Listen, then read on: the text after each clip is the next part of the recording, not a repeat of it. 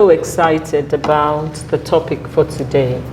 Really, that's what Ed Talk is about. It's about looking at different things happening in our world, in the education world, and just being able to get the word out there and getting other stakeholders, people in the country, to really identify and maybe see other perspectives, regarding different issues that we face. So the main thing now in education is the teacher brain drain. And we have 3 schools represented. We have Vivian Fowler Memorial School for girls. We have Lagos Prep and secondary school. We have Meadow Hall. So, and I believe that we're going to be able to get different perspectives regarding this problem. So, what is going on? I'm going to start with you, Mrs. Fowler Amber. What's going on? Why are teachers leaving? Well, I have a different perspective on it. I think it's an exciting time for us. Okay. Because we have to reshape, we have to redesign, we have to be a bit more innovative. It's happening globally. And when we talk about migration, it's really about the mastery. Those with the best skills. And we're 200 million people. I think I look at it a little differently. And I say, okay, what is going on? The reality is, I was reading the other day and it said almost 52% of Africans aged 18 to 30 are going to migrate. So that constitutes a big chunk of our population. But I think we need to look inwardly and understand that, like I said, we just have to be a bit more innovative. I have a totally different, I think it's such an exciting time in education. And we have to look into things we've not thought about before. Flexible hours for workers, looking at talent pools. You may have a math teacher who only wants to work till 2 o'clock. Math happens in the morning. So why get rid of your math teacher? You keep your math teacher. We have to dialogue a lot. What group are we serving? We're probably going to be serving more of millennials and Gen Z, and they believe in a lot of dialogue. So we have to be more of a thinking school. We have to dialogue more. And most importantly, especially today's founders and owners, we're not looking at technology. We have to understand that technology should be used as a tool to monitor, because if not, you're going to get the burnout of people. Reward system. Look at your talent pool and decide that I'm going to offer you 5 years of free schooling for your child. They may not migrate that way. So understanding your talent pool as well. And also in addition to that, I think that one of the things that we have to understand is that we have a huge labor market, but we have a very small skilled market. So we need to use technology to up the skills of many people. And I think a lot of the school space is a bit worried about investing in training. I know in your space, for instance, you're doing a lot of short and long-term courses, and I think a lot of us have to key into it. With the economic situation, many of us cannot send our staff abroad, so we need to key into institutions like yours, and just understand that we have to train is the key, and utilize technology. There are many learning apps today that one can use to monitor staff, which we're not investing in, and a lot of them are free. So that way we also create communities within our schools, so that there's more accountability. The old-fashioned way was more of you have a HOD, and the HOD is burnt out, but that's a bit archaic now. So creating communities where there's a lot of support. Beautiful. Thank you so much. You've said a lot, and I totally agree with you. There's a lot we can do, and we're still going to look at the solutions. Absolutely. But we know that even though there are solutions, there will still be immediate effects of what's going on. You talked about the age group of the people living. We're talking about the youth. They're the future of this nation, and if how many of them, all of them relocate, or most of them relocate? What's going to happen? We're losing the people that can really, make a difference in the nation, and, they can work. The people that can actually, the economic situation improve the economic situation in the country. They're just going to go somewhere else and help the economy of those nations. And, we are stuck with the older generation, people who cannot do much. So it's still something that, whilst there's solutions, things we can do, improve on the use of technology and things like that. But what else would you say? What do we do about this? It's not, she says it's not a problem really. And some people, it's your perspective. It's maybe not a problem, but then it's a situation that in the immediate would affect our children. Absolutely. Really speaking about perspective, I remember when I was in school, in uni, and we had this lecturer really liked, and one day, he's off to Saudi. He's going to make big money. And then he came to visit a year later, and we're like, wow, look, his life has changed. When I graduate, I'm going to Saudi, And it wasn't really about money then, Nigeria things were good. It wasn't about money, it was just the status, the prestige. You're going out, you're going to learn, you come back better than before, emphasis on come back better. But now the brain drain is not about, I'm going to make myself better to come back and add value, because he did come back. It's now more about, I'm gone. I'm never coming back. And my children are never coming back. Nobody's coming back. And so it's scary for me. I grew up at a time when I was so proud to be from here, being Nigerian, and I'm going to really make this country great and all that. So for me, the brain drain, I guess I'll get to the part where I'll be excited about it. Right now, it's scary, because I'm like, okay, so when my child is in the next class, will there be teachers? Will everybody have taken off? And who's going to be left? And what's going to happen to the country if we're losing all these brains? Because of course they're not taking. If I see a bunch of apples, I'm not going to pick the rotten one. I'm going to pick the best. So they're taking the best of the lot. What are we going to have left? But just like you said, again, it has made us more creative, innovative, thinking of solutions. So I remember, talking about Saudi, she actually studied medicine, dentistry to start with, and then she's, come into education, studied education and all that. So initially it was doctors that were leaving, and that's why they would go to Saudi and do all that, So it was doctors, and then now it's teachers. I hear about bankers. And I believe now it's teachers, not just doctors, because now the teachers are now more important. People are starting to see the value of good teachers. Yes. So he was a lecturer. He was lecturing us. He was a teacher, and he went off to lecture in Saudi, and now we have primary school teachers. I'm valuable now. I'm not that teacher of before where teachers have no respect. No, I think I'm good enough to. So there's a lecturer, you have doctors, you have bankers, you have teachers now leaving. So reminds me of growing up. There was this Andrew checking out. Remember Andrew? So now it's not just Andrew checking out, it's Dupe Ngozi, Chiere, everybody's checking out. Mrs. Obafisoye, what would you say about all this? My disposition really it's a big problem. And initially, when I heard, my initial disposition was, why would a country build theirs at the expense of another's? But then I saw that it wasn't really the problem.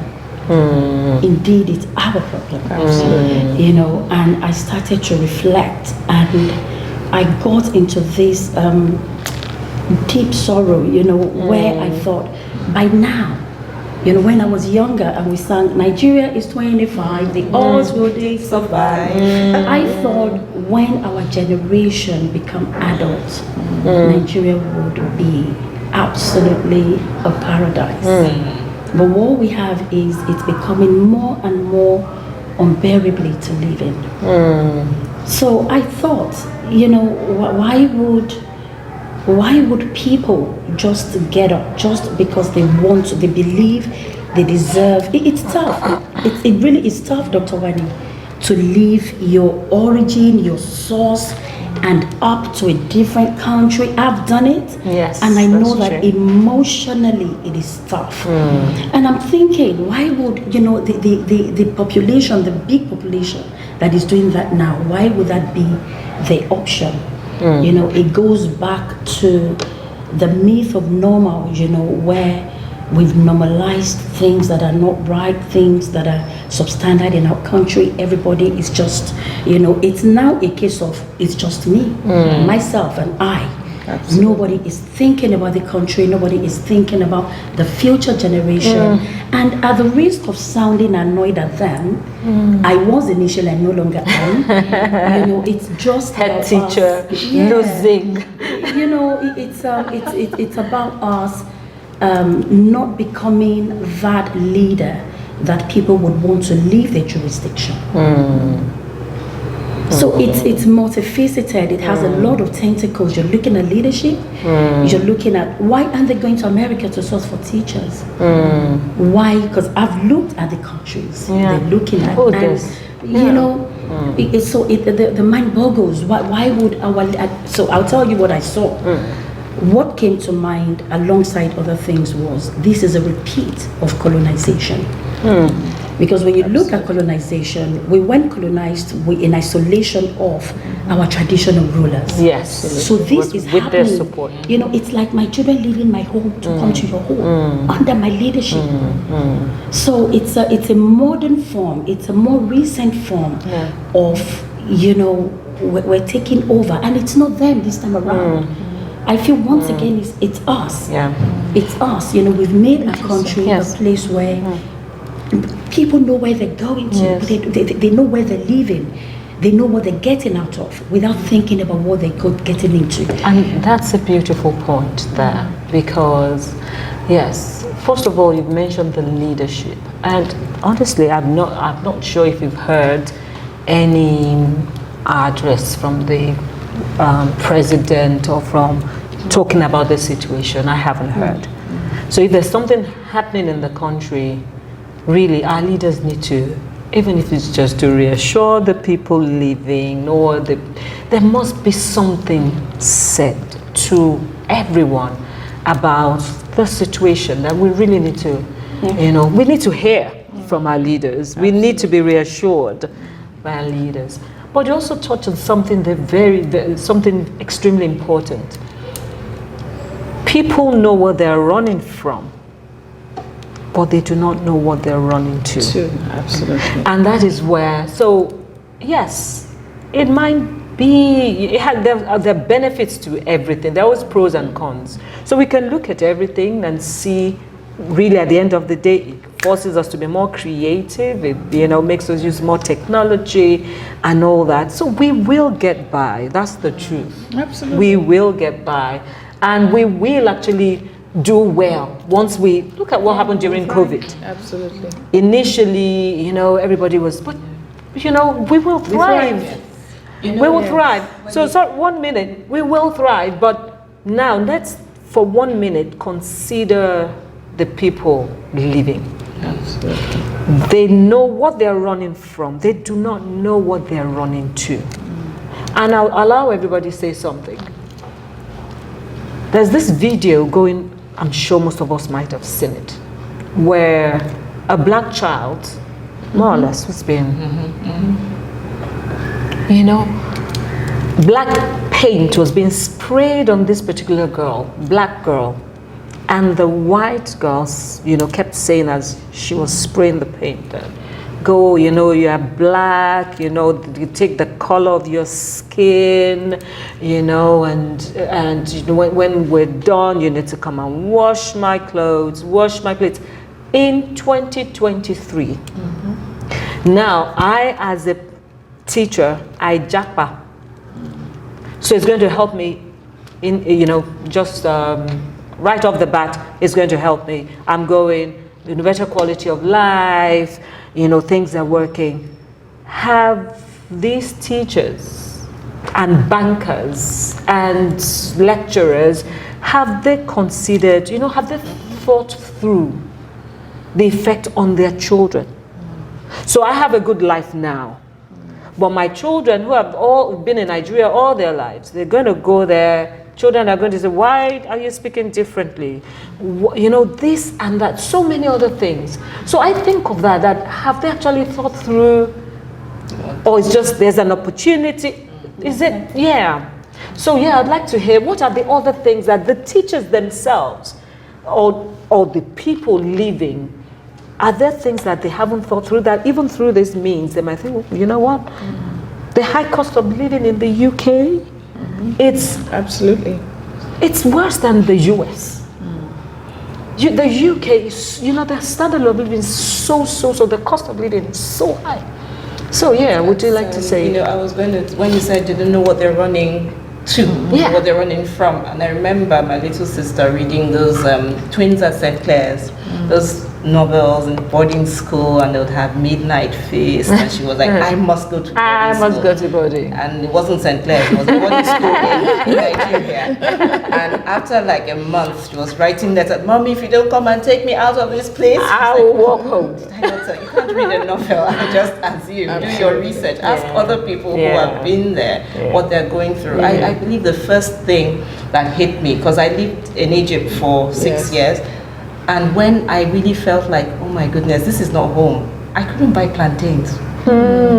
Just do You wanted your do. It's just little things. I mean, like, my goodness, if I was at home, palm oil. Yeah. I remember someone going, Farm Maltina from Nigeria, 200 Egyptian pounds. That was like 5,000 naira for one bottle of Maltina. And, at that rate. And I bought it because I was like, home. So those little things, family, that support we have here and we take for granted is what you miss, when you're there. Yeah. Thanks so much, Mrs. Fowler. It's interesting you're saying that, because I relocated from the States after 30 years. And one of the reasons that I came back was I have 3 boys. And I remember my son did not speak till he was 6. And my 3 sons were always more or less put into special ed. That was, because that was the route for most black boys. And putting them in a private school, I found that they were probably the only minorities, so that didn't work as well. So I think we need to look about the future, which is our children, because you're more or less limiting them. There are a lot of brick walls that they have to face, especially being black. And I think teachers have not looked at the economic implication as well. Exactly. The economic implication, you're advertising. I like what you said about colonization, because colonization makes everything look very pretty. And you're not looking at the long term as, okay, they're advertising teachers' jobs for £28,000. Rent in London today so what is left? What is left? And we're looking at the gang culture in a lot of these countries. Because you don't have the support system, we're more or less like a village here. So I think people are not looking at the long-term processes. Yes. Because each time I see my boys, I'm so excited, and they're so excited. I remember one of them saying to me the other day, thank God we came back home, because he recently went to America. And he said, my mindset is completely different. And not only that, there's a lot of depression. I remember living in America. I didn't know my neighbor until I had an emergency. I'd lived in the subdivision for about 10 years. And then my neighbor said, I didn't even know you were African. They didn't know anything about us. So it's also that alienization. We have a banker who I met with recently, and his wife said she wasn't relocating, and he relocated to Canada. And he said he got so depressed, he came back to Nigeria. So we're not also talking about those people returning. There are people returning because they're hitting a brick wall. So I think your point about teachers is that one thing we don't do as a profession, even though we're supposed to do, we don't investigate and do research. Well, I'm backing on this very exciting issue about about migrating, but we're not researching. Mrs. Ogunde, for instance, had a recent webinar, and I was so embarrassed as an educator because you heard teachers saying, "Where do I get the form for to get this?" You know, so most people have not even looked at the long term. Even the children. Even the short term. Yes, even they also have to look even longer. You're bringing up children in an environment where your culture is really what holds you together. So that waters down. And then when you are in your 60s, 70s, you don't have a family because the children will assimilate into that culture. So I think it's very valid. Honestly, I'm not sure we're talking about that enough, and that's part of why we're doing this. We need to, they need to begin to think long term. For me, I feel prayerfully making, you know, it's not every opportunity that's for you. Absolutely. You know, it's not. So when you've prayed about it, you've done your research, you know what you're letting yourself into. Honestly, it's all well and good, you can, you know, but if you haven't done that, and just, you know, a bit of information here, a bit of information there, and then you take such a critical decision. It's really a very dangerous thing to do. All right, just a few more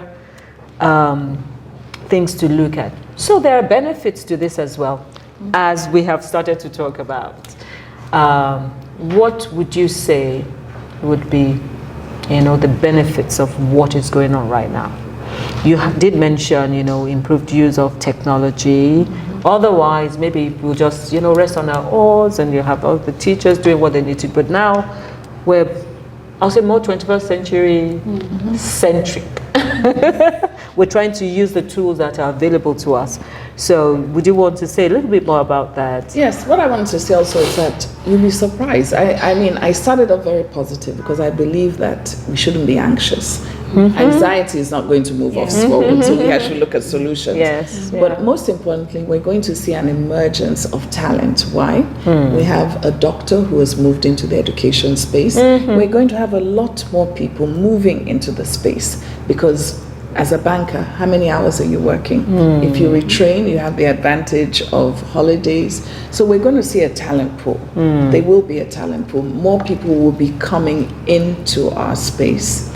And I think also one of the solutions, I like what you said in the beginning, is that I don't think the government has seen us as an advocacy group. So I think that, you know, even when we talk about education and what the UN says should be an allocation for education, we haven't really been an advocacy. So I think the government also doesn't see the reality. So I think, I've seen it on TV in the UK, honestly, and I was so touched. I thought, you know, if I was considering education because of that, and it wasn't once, it's like an advert. You run several times a day, talking about teaching, you know, thanking the teachers, such a noble profession, you know, and all that. And I see it happening in the US with the veterans. So when we have our leaders do, I'm certain that we can get sponsorships for things like that. Where if, you know, the state government, the state governor actually, can come on TV, you know, say things about education and teaching that would make people want to, even without this JAPA thing going on. I've always said it, we will run out of teachers because the sector is not like, you know, we don't pay any attention to the sector.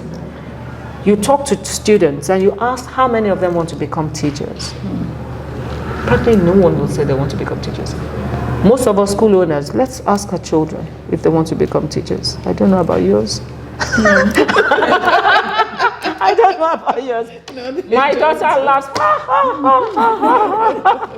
We've looked at the issues, we've looked at the impact on the teachers and the, you know, basically citizens moving out, because not just teachers.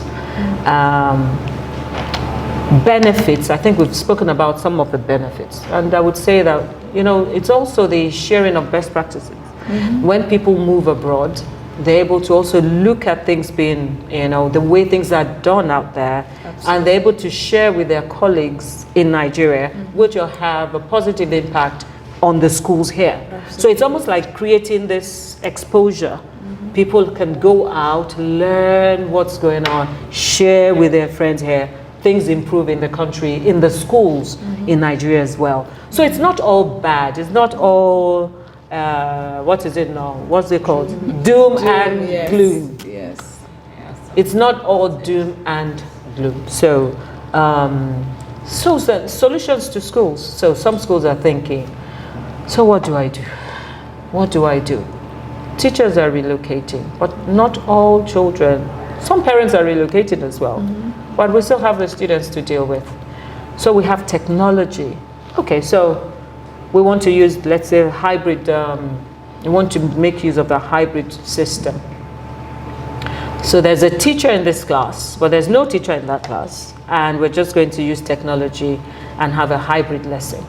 But I still need someone in the class where there's no teacher. I still need a teacher monitoring behavior, probably, you know, assessing for learning as well. Because, you know, a child might be stuck, so you still have a need for a teacher. But I guess, yes, to get feedback. So I guess that's where you talked about training. So we just have to keep up the training, because we might be using less experienced teachers, but then the training must continue. Yeah, would you like to speak to that? Teachers. Yes. I've been a substitute teacher before, because my student went. I mean, my teacher. My sons went to a special school in the States where parents had to volunteer 20 hours to keep your space. It was like a magnet school. And we can bring in retired teachers to substitute. Yes. You know, because there's so much you can do now. Yes. If you look at library time, for instance, you can go on an excursion to Paris. You know, there's so many educative things that you can tours, do. So even bringing in substitute teachers to be the, you know, the human just stay factor. In the class, yes. Exactly. So substitute teachers are some things you can do. But I keep stressing that many of us are burnt out in this space because we're using humans to monitor. There are ways, for instance, if a teacher finishes a day filling out what they've done, you know, we can measure learning outcomes. We're not using enough technology. And that's why a lot of our talent are getting burnt out. Yes. Would you like to say something about that? Well, I feel whilst that is doable, physical presence of teachers, absolutely, we're not likely to do without that now. It's going to be diminished because of this huge migration.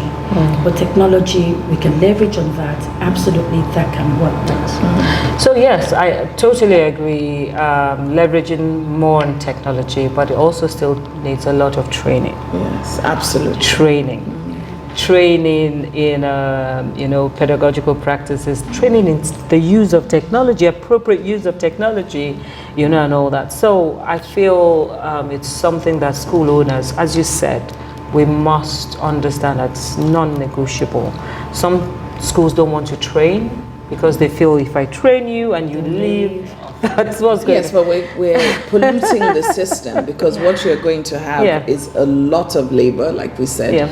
I'm sure you experience this as well. You're looking for a teacher and, you know, you interview about 5 people and you wonder what happened. So we need to go beyond that. I think that we also, as school owners, we have to get away from this.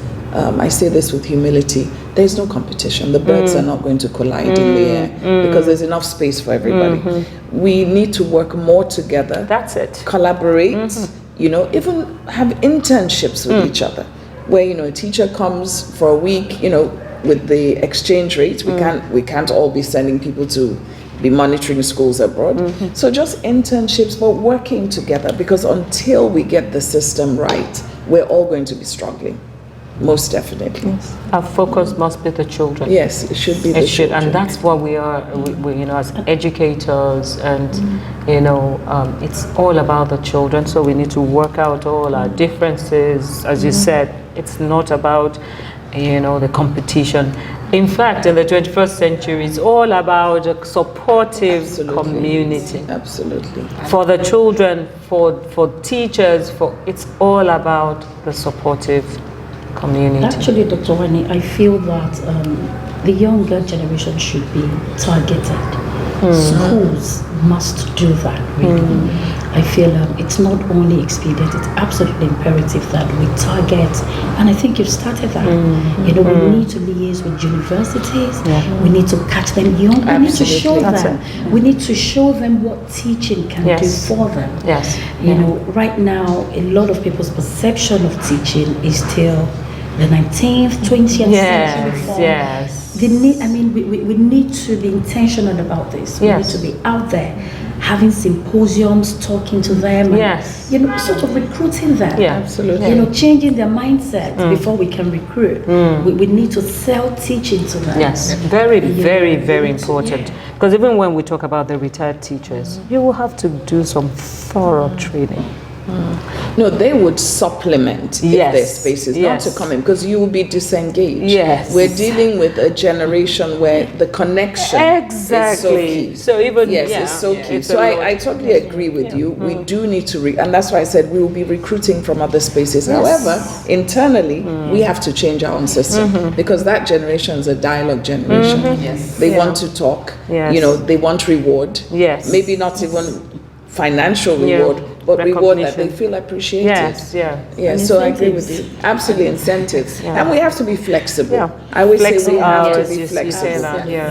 I mean, I know that in our space, I have a teacher who's very good. I let them work 4 days a week, and if it means I bring in an extra teacher just so we can keep those young people going, because they get very restless.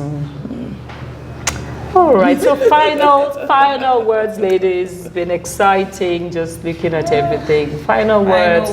I'd say teachers are leaving because it's just not comfortable for them here. They can't cope anymore. And I think our government has a lot to do in just giving us, can I say, let's be proud of where we come from. I should be able to still say, from primary school, I was taught to love where I'm from. We would salute the flag, we'll sing the national anthem with so much pride and joy. Like, yes, I'm a Nigerian, I hold my head up high wherever I go, I'm a Nigerian. It's like, I don't need any other passport, I'm a Nigerian. And I think that we need to do more to redeem our image so that we don't feel like we're second-class citizens anywhere, and our teachers don't feel like they're any less than a teacher who's abroad, because we do have great teachers here. That's why they want them. So if we can just fix our country, one teacher at a time. Thank you for what you're doing, training teachers, because I think it's so key. I always say a school is only as good as the teachers. It's only as good as the teachers. So let's focus on that, and let's all just not give up. I haven't given up on Nigeria. I know that we'll get there. Things will get better. Thank you so much for that, Dr. Fakoya. Mrs. Obafisoye. I feel very strongly that amongst other things, the school owners need to do succession planning constantly here.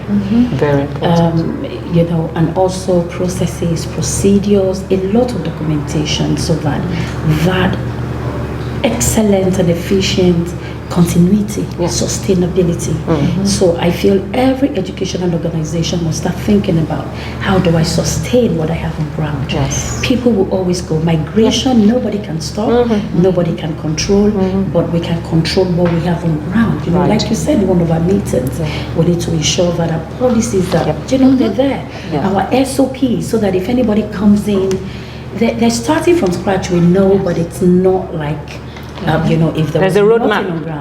There's a roadmap. Yes. Thank you so much, Mr. Bafisoye. Mrs. Fowler Amber. I think it's important that we start building competent schools, and you can only build a competent school if the picture is the same in every classroom. So it's very key. And I would end by speaking to the government and saying that, when you talk about mastery migration, it's devastating. But when you talk about education migration, you're destroying a whole country. So I think these conversations have to keep taking place, because whether we look at it positively or we're anxious about it, we're talking about destruction of a generation. So it's really important that, in conclusion, our role as owners, founders, succession, generation, whatever we are, I think what you have said is so key. We have to build competent schools where policies are in place and where the legacy continues. Thank you so much. I hope you have enjoyed.